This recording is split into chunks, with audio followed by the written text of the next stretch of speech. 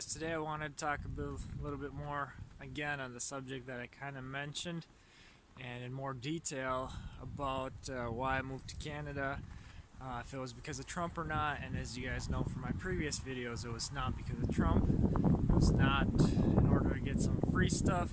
It was because of my wife, because I love her, and I feel like this is some place that the Lord has sent me at the moment.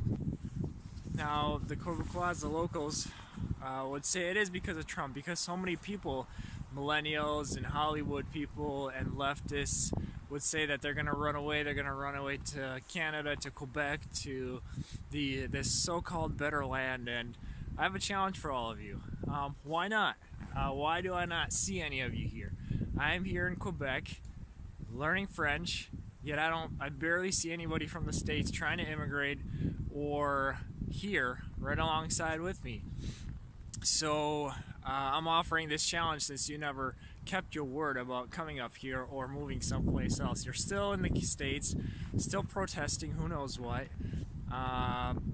First of all, when Trump or any president gets elected, he puts his hand on the Bible to defend the Constitution, to defend the law, to stay on that, and that is something I believe is very near and dear for everybody and every president and everybody in politics, to defend what the law of the land is, not just to go around doing whatever they so will or whatever the people want. If it's unconstitutional and against the law, with the DACA, with people coming in illegally or legally, whoever you are. As you know, my past, my parents came as refugees. They did everything legally. They immigrated to the States. We paid all the fees. We did everything. I know people that came to the States illegally or legally on some kind of permit that expired. They stayed later.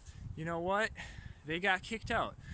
If they were able to get married and pay fees and stay legally that way, good for them. But they tried some legal way to stay there, which I'm totally fine with. So my challenge to you is, if you're so against Trump and so against what America is trying to do and stand on right, go someplace that is something that you want. A socialist nation, a communist nation, one that doesn't defend the law, defend the people's rights. There are many of them out here. Come to Canada, like many of you said you would. Do it legally. If you want, there are a couple ways to get it. Get married to a Canadian, become a refugee, or have an outstanding job that will make you far and above everybody else here and make you wanted by the local employers. But Canada is too good. Let's go to Venezuela. Let's go to Cuba. Let's go to someplace in Africa where you're actually going to be needed and you might be considered special there. Why not go to North Korea, of all places? Come on. These are the kind of things that so many of you want, so many of you protest for, anti-law, anti-people of the nation. Let's go for defend the rights of everybody else, but that's not who I voted for, and that is not what the president of the free world of America signed up to do. He signed up to protect my laws, the Constitution, under the Bible. So take this challenge. If you don't like that, take this challenge and go to any of these countries. First of all, as far as I know, all these other countries won't accept you. They have far stricter laws. They don't care about your protest. They won't even let you speak up or talk about it. Go try that someplace else. Try that in a communist country. Now, your laws are going to be quickly taken away. You're going to be thrown in jail, and nobody's going to care about anything you say. So, for my American brothers, learn to cherish what you have. Learn to stand up for fellow men. Learn to stand up for the Constitution. A lot of professors and Obama said it's not a Christian nation. Oh yes, it is. It was founded on the Bible. Read the Constitution. Read the Bill of Rights. Learn what it stands for. Learn the country that you're living in, and learn to defend it. Ciao.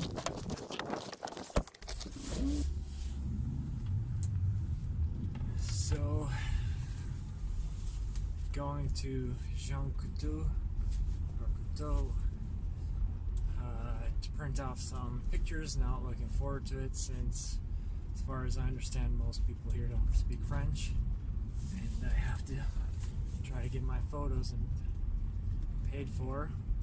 The reason why is because in Montreal, some cop decided to give me a ticket for not having a parking permit, since everybody's required to pay the government to park on the street there.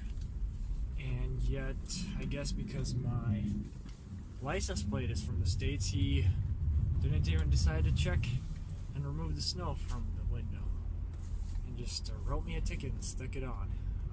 So thankfully to him, I have to go and deal with all that and send in proof that I had a sticker and that he never checked it.